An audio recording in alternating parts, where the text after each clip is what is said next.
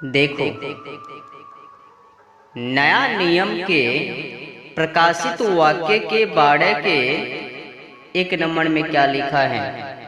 यहाँ पर साफ साफ लिखा है, फिर स्वर्ग पर एक बड़ा चिन्ह दिखाई दिया, अर्थात एक स्त्री जो सूर्य ओढ़े हुए थी और चांद उसके पांव तले था और उसके सिर पर 12 तारों का मुकुट था और वह गर्भवती हुई और चिल्लाती थी। अब मैं पूछना चाहता हूँ उन लोगों से जो कहता है कि मैं स्वर्ग जाऊंगा, मैं उनसे मिलूंगा। भाई साहब, जरा खाली समय निकालकर विचार करो। जब गर्भवती होने की समस्या स्वर्ग पर भी है तो अंदर बताओ ना, धरती और स्वर्ग में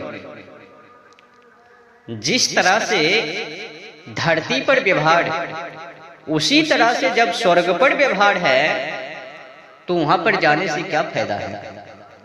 वहां पर भी गर्भवती होकर महिला चिल्लाती है और धरती पर भी देखो, यहाँ पर भी वही समस्या, जो समस्या अभी नया नियम में मैं देख रहा हूं कि स्वर्ग में कोई महिला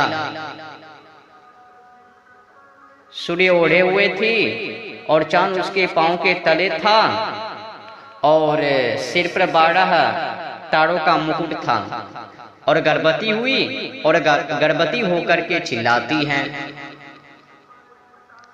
अब ऐसा मैं नहीं कह रहा, नया नियम में लिखा है। और कहां पर लिखा है, एक बार फिर से सुन लीजिए।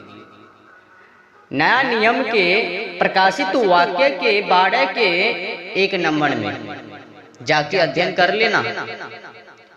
ऐसा मैं खुद नहीं कर रहा हूं, मैं अपने मन से लिखा है।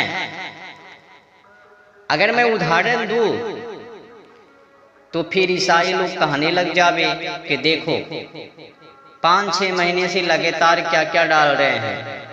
भाई साहब, अभी मैं उत्तर नहीं दे रहा हूं, केवल पढ़ के सुना रहा हूं। जब मैं उत्तर देना शुरू कर दूं ना तो फिर समझ लेना। अब समझने की विषय है, जब हम स्वर्ग जाएंगे तो स्वर्ग में भी वही समस्या है जो समस्या धरती पर है। अब मैं उन लोगों से पूछना चाहता हूं, स्वर्ग पर भी मरण, जन्म मरण है। पूछो क्यों? क्योंकि वहां पर भी गर्भवती हुई महिला, जब वहां पर गर्भवती हुई महिला तो वहां पर भी जनसंख्या की बाढ़ है। जब जनसंख्या की बाढ़ है तो सास ससुर पुतहु ननद भौजाएं जो भी कुटुंब होवे, कुटुंब में लगवे, वो सब वहां पर हैं। जब वहां पर वो सब हैं तो वहां पर डॉक्टर भी हैं। तो अगर मैं पारी बारी से गणना करूं तो वीडियो बहुत लंबे हो जावे, तो शॉर्टकट में समझ लो, जो व्यवस्था धरती पर है वही व्यवस्था स्वर्ग पर है।